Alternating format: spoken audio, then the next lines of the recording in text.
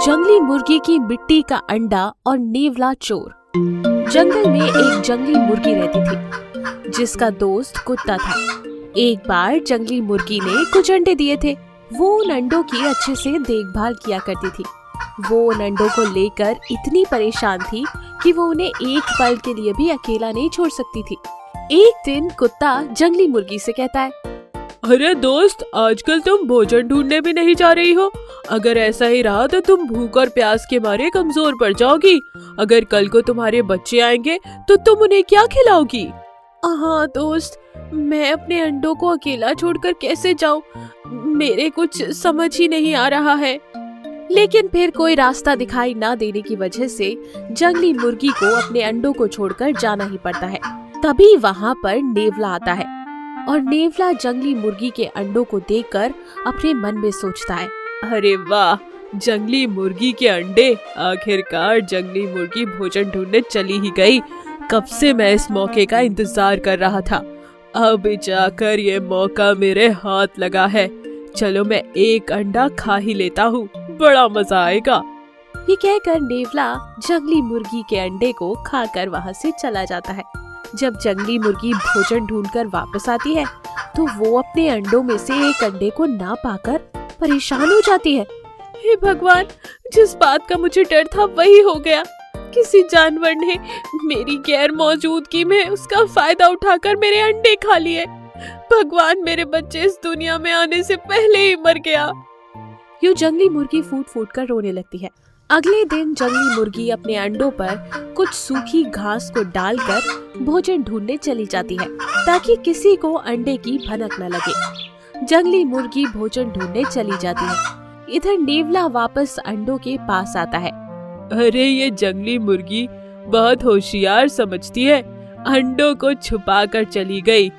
मगर मैं भी कुछ कम नहीं हूँ। फिर से नेवला एक अंडा खाकर वहाँ से चला जाता है। जब जंगली मुर्गी वापस आती है तो उसी वक्त उधर से एक कुत्ता गुजर रहा था। जंगली मुर्गी अपने अंडे को ना पाकर जोर जोर से रो रही थी। तभी उसका दोस्त कुत्ता कहता है, अरे क्या हुआ दोस्त? अरे कुत्ते, ये कैसे दोस्त हो तुम? तुम्हें मेरे अंडे खाते हुए शर्म नहीं आती? जंगली मुर्गे के मुंह से ये बात सुनकर कुत्ता चौंक जाता है। अरे दोस्त, ये कैसी बातें कर रही हो भला? मैं क्यों तुम्हारे अंडे खाऊंगा? तुम तो मेरी दोस्त हो और वैसे जो हुआ वो बहुत बुरा हुआ।